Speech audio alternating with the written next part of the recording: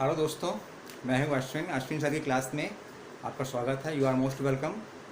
I think tense is going on और tense में अभी तक का आपको समझ में आ गया होगा what is tense, parts of the tense, present, past, future. और प्रेजेंट टेंस में जो आपके सब पार्ट्स हैं, indefinite tense, continuous tense, perfect, perfect continuous, ये आपके इसके पार्ट्स आपको बता दिए हैं। और प्रेजेंट इंडिफिनिट टेंस आपका इस समय चल रहा है। और प्रेजेंट इंडिफिनिट टेंस का जो अफर्मेटिव सेंटेंस है, नेगेटिव सेंटेंस है, ये आपके समझ में आ गया होगा। आज हमें समझना है प्रेजेंट इंडिफिनिट टेंस का जो थर्ड टाइप होता है सेंटेंस का, वो है आपका इंट्रोगेटिव सेंटेंस। तो प्रेजेंट इंडिफिनिट टेंस का जो इंट्रोगेटिव सेंटेंस होता है वो कैसे उसको हम लोग फॉर्म करते हैं, कैसे पहचानते हैं, कैसे इसको कौन से रूल्स होते हैं, इस चीज़ को हमें समझना है। थोड़ा सा आपको ये ध्यान रखेंगे, हमेशा इसमें कंफ्यूज नहीं होना है कि जो इंडिफिनिट टेंस होता है और जिसको इसी को जो है सिंपल प्रेजेंट भी कहते हैं। प्रेजेंट इंडिफिनिट टेंस या simple present tense both are same, इसलिए डोंट बी कन्फ्यूज्ड, ठीक है ना। तो ये जो सिंपल प्रेजेंट टेंस आज बोला जा रहा है, लेकिन आज से पहले इसको इंडिफिनिट टेंस के रूप में ही समझते थे। Present indefinite tense, past indefinite tense समझते थे। तो हमें समझना है आज का टॉपिक जो है प्रेजेंट इंडिफिनिट टेंस का जो थर्ड टाइप है इंट्रोगेटिव सेंटेंस, यानी कि इस टाइप के इंट्रोगेटिव टाइप ऑफ सेंटेंस होते हैं, इसको हम कैसे पहचानते हैं। फर्स्ट ऑफ ऑल आपको ये ध्यान रखना है कि जो इंट्रोगेटिव सेंटेंस होते हैं इसमें जो है सेंटेंस के आखिरी में जो है at the end of the sentence we put the punctuation marks just as mark of interrogation. Last में जब हम लोग जो है क्वेश्चन मार्क लगाते हैं, ये सबसे बड़ी पहचान है। सेंटेंस को पहचानने में भी आसानी होती है कि ये आपका इंट्रोगेटिव सेंटेंस है, प्रश्नवाचक चिन्ह है। अब इसके कुछ रूल्स होते हैं, इसको हमें समझना है वो कौन कौन से रूल्स हैं जिसका हमें ध्यान रखना है यहाँ पे। जैसे कि आप ये देख रहे हैं जो इंट्रोगेटिव सेंटेंस है इसमें जो है WH वर्ड्स हैं। WH वर्ड जिसको हम लोग क्वेश्चन वर्ड भी कहते हैं, ठीक है, क्वेश्चन वर्ड्स होते हैं। इसके बाद हम हेल्पिंग वर्ब डू या डज यूज़ करते हैं। आफ्टर दैट मेन वर्ब आता है, मेन वर्ब का फर्स्ट फॉर्म के बाद जो है फिर आप ऑब्जेक्ट यूज़ करेंगे और इसके बाद आपका अदर्स आता है। इन चीज़ों को हमें यूज़ करना है। अब ये WH वर्ड जो होते हैं वो कौन कौन से होते हैं। जैसे हिंदी के सेंटेंस में आप देखते होंगे कि ये कब, कहाँ, कैसे, कितना, क्यों, कितना क्या है, कितनी, कैसे, ये सब सारी चीज़ें हिंदी के सेंटेंस में आपके क्वेश्चन वर्ड्स यानी कि WH वर्ड्स आपके आते होंगे, जिसको कि आप समझते भी हैं, फेमिलियर भी होंगे इससे। तो इस टाइप की जब वर्ड्स आपके सेंटेंस में आते हैं तो इसको कैसे जो है सेंटेंस के स्टार्टिंग में लिखेंगे।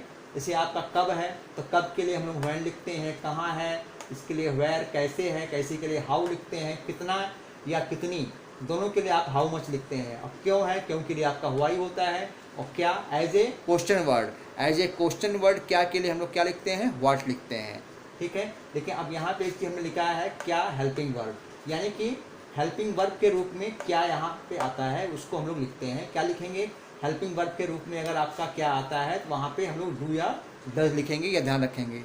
इंट्रोगेटिव सेंटेंस में जब आपका हेल्पिंग वर्ब पे आप क्या स्टार्टिंग में आ रहा है, दैट मीन्स वो आपका क्या आपका क्वेश्चन वर्ड नहीं है, वो आपका हेल्पिंग वर्ब है। क्योंकि इसका रूल्स है कि जो WH वर्ड्स होते हैं, जो WH वर्ड्स हैं हिंदी के सेंटेंस में, ये सब बीच में आएंगे, स्टार्टिंग में नहीं आते हैं। अगर स्टार्टिंग में ये सब नहीं आएंगे क्वेश्चन वर्ड, ये सब सेंटेंस के बीच में आता है हिंदी के।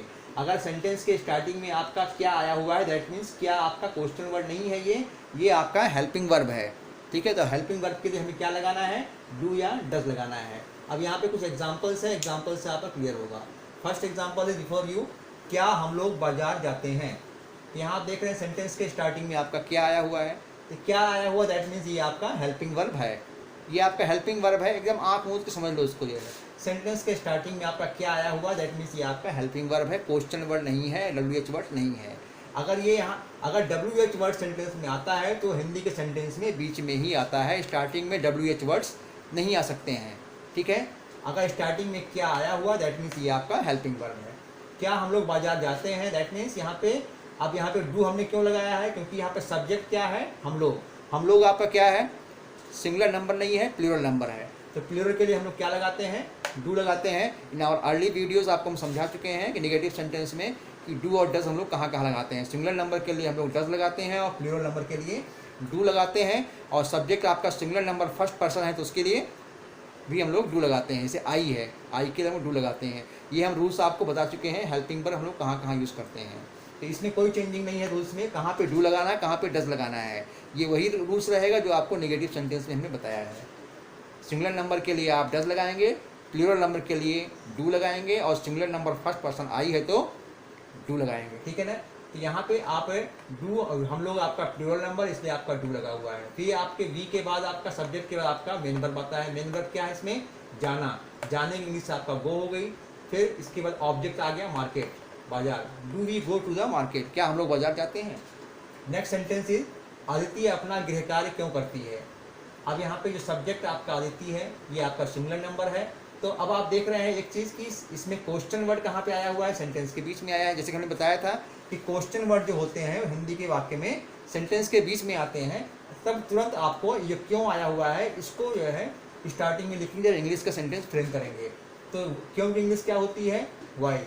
वाई आपने लिख दिया, फिर तुरंत इसकी क्वेश्चन वर्ड के बाद आपका क्या लिखेंगे? हेल्पिंग वर्ड आ जाएगा।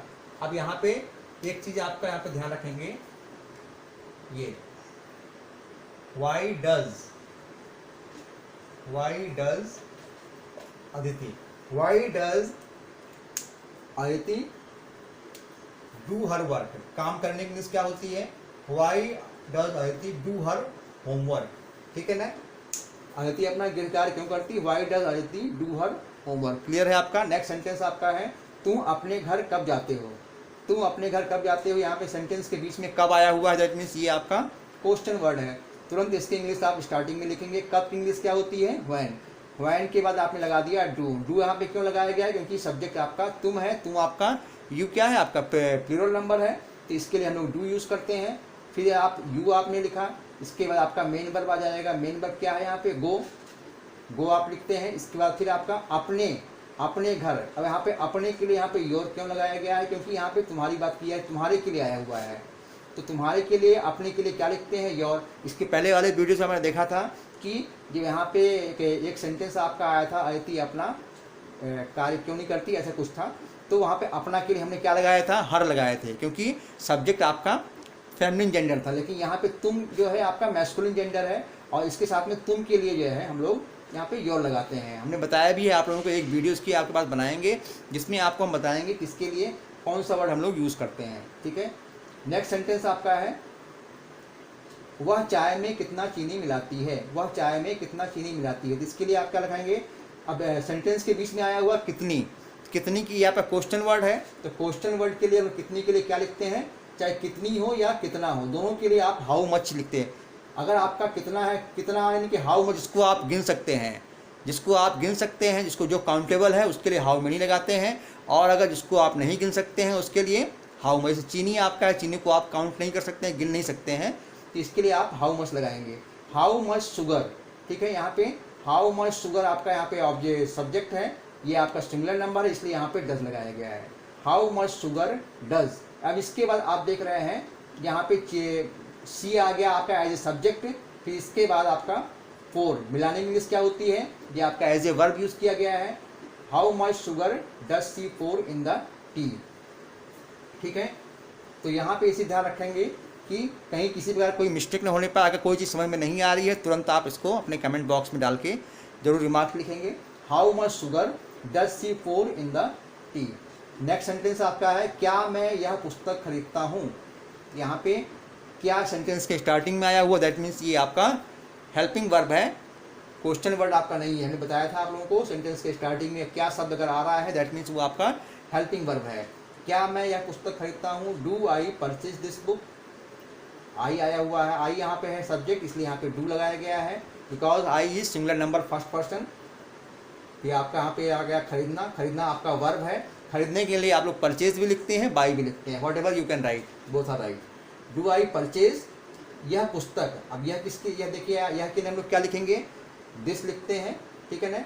अगर अब यहाँ पे अब ये दिस, दैट, दीज, दोज, ये सब भी कहाँ यूज़ किया जाता है, किसके लिए, ये सब भी आप लोगों के पास आगे वीडियोस आपको मिलेंगी, उसमें आपको अलग अलग हम बताएंगे कि कहाँ पे दिस यूज़ करते हैं। जो नज़दीक की चीज़ें होती हैं वहाँ पे दिस करते हैं, अगर दूर की चीज़ें हैं तो उसके लिए दैट यूज़ करते हैं। वो भी सिंगुलर प्लूरल का ही फ़र्क पड़ता है। अगर नज़दीक की चीज़ें सिंगुलर नंबर हैं तो आप दिस यूज़ करेंगे, और नज़दीक की चीज़ें अगर आपका प्लूरल नंबर है तो आप उसके लिए दीज यूज़ करेंगे। इसी तरीके आपका दूर की चीज़ अगर सिंगुलर नंबर है तो दैट यूज़ करेंगे, और दूर की चीज़ आपकी चीज़ें प्लूरल नंबर है तो दोज यूज़ करते हैं। तो उसे हम बताएंगे आप लोगों को, लेकिन यहाँ आपको इस पर ध्यान रखना है। क्या मैं यह पुस्तक खरीदता हूँ? Do I purchase this book? ठीक है, मेरे ख्याल से ये आपका क्लियर हो रहा होगा। ये इंट्रोगेटिव सेंटेंस है, इसके जो एग्जांपल्स हैं, एग्जांपल से आप लोगों को क्लियर हो रहा होगा कि इंट्रोगेटिव सेंटेंस को कैसे हम फॉर्म करेंगे। बस इसमें एक चीज़ का आपको ध्यान रखना है, जो WH वर्ड्स हैं, हिंदी के सेंटेंस में WH वर्ड्स बीच में आते हैं, और स्टार्टिंग में अगर क्या शब्द आया हुआ दैट मीन्स वो आपका क्वेश्चन वर्ड नहीं है, वो आपका हेल्पिंग वर्ब है। और एज ए हेल्पिंग वर्ब यहाँ पर हम लोग डू या डज यूज़ करते हैं। ठीक है, यही इंट्रोगेटिव सेंटेंस में यही आपको ध्यान रखना है। And one thing more that is कि आपको सेंटेंस के स्टार्टिंग में eight the end of the sentence हमें मार्क ऑफ इंट्रोगेशन लगाना नहीं भूलना है। Don't forget it. अगर इसको आप भूल जाएंगे तो एवरीथिंग विल बी वर्थलेस, तो बाकी किसी काम का नहीं होगा। इसलिए मार्क ऑफ इंट्रोगेशन लगाना हमें नहीं भूलना है। तो आई थिंक ये जो इंट्रोगेटिव सेंटेंस जो आपको समझाए हैं अभी, ये आपको समझ में आ रहा होगा। ये थोड़े बहुत आपको अगर दिक्कत आ रही होगी तो थोड़ा सा वीडियो को आप देखेंगे, बार बार इसको देखें, और इसको जो कुछ हम समझाएं इसको अपने नोटपैड में इसको अगर लिख लेंगे तो आपको प्रैक्टिस करने में भी आसानी होगी जो है। ठीक है, क्योंकि बिना प्रैक्टिस के हम लोग कुछ नहीं पा सकते हैं। ये प्रैक्टिस तो हमें करना ही पड़ेगा जो है। और हमेशा इस बात को हम कहते हैं कि वीडियोज़ को जो है पूरा आप लोग देखा कीजिए जो है, स्टार्टिंग से लेके लास्ट तक आप लोग वीडियो देखेंगे, बीच में वीडियो को लेफ्ट नहीं करेंगे, अदरवाइज़ आप उस वीडियो को लाइक नहीं कर सकते हैं। क्योंकि जब तक अगर आप वीडियो को आप पूरा नहीं देखेंगे तो आप लाइक कैसे कर पाएंगे जो है, क्योंकि आपके समझ में आएगा ही नहीं जो है, वो आपके लिए वर्थलेस होगा। इसलिए वीडियो को आप लोग पूरा देखा कीजिए जो है, और देखने के बाद आई एश्योर यू कि आपको वीडियो आपको अच्छी लगेगी। और जब वीडियो कोई चीज़ आपको अच्छी लगती है तो आप उसको लाइक ज़रूर करते हैं। तो वीडियो को आप देखेंगे, वीडियो आपको अच्छी लगेगी, आप इसको लाइक कीजिए। और चैनल पे अगर आप न्यू हैं तो उसको सब्सक्राइब करना आप लोग नहीं भूलेंगे। And don't forget to press the bell icon and wait our new video that will be for interrogative negative sentence of present indefinite tense. अब प्रेजेंट इंडिफिनिट टेंस का जो आखिरी सेंटेंस बचा हुआ है वो है आपका इंट्रोगेटिव नेगेटिव सेंटेंस, यानी उस सेंटेंस में आपके इंट्रोगेटिव भी होगा और नेगेटिव भी होगा, दोनों ही सेंस होंगे। तो उस वीडियो के लिए आप लोग wait for the new video and till then watch it properly and do the practice, because practice makes a man perfect.